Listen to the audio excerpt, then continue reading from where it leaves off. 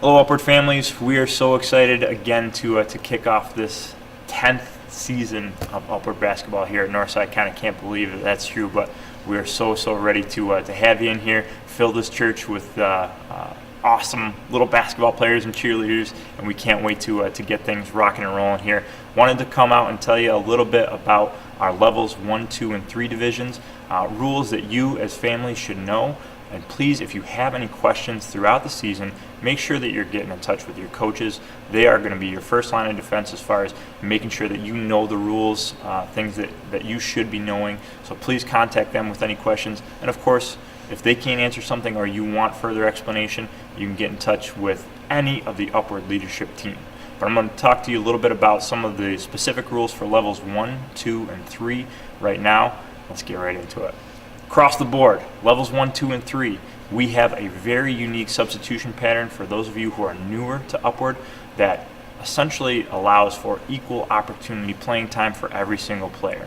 Our coaches are well versed in this and trained before the season to pretty much promote the fairness that we see as really what sets Upward apart from other basketball leagues.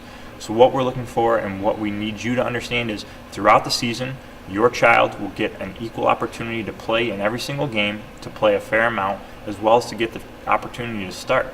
The other thing that we want to promote is fairness and competitive play throughout the game. What our substitution pattern does is really promote that, giving the opportunity to have same level competition on the floor at the same time. Another rule that's specific to levels 1, 2, and 3 that we want to make sure that we enforce this year and have you understand is that there are 2 fouls per period per player.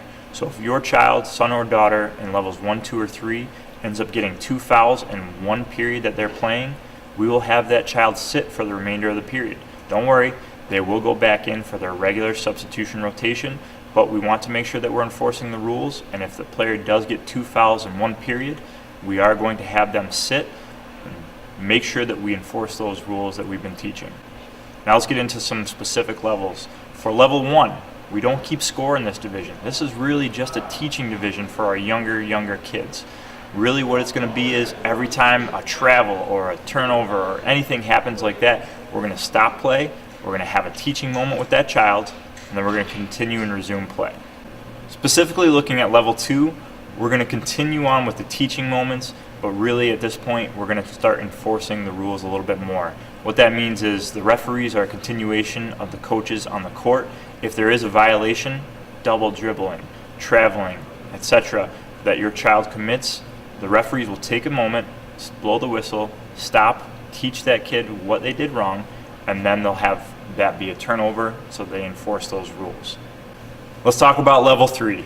This is an exciting division. Really, this is where we need your help, parents, because we incorporate the scoreboard. A couple things that you need to know about particularly the last couple minutes of each period in level 3.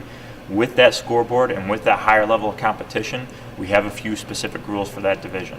Level 3 includes in the last 2 minutes, if there is a foul, because it's running clock, the offensive team will get 1 point and retain possession.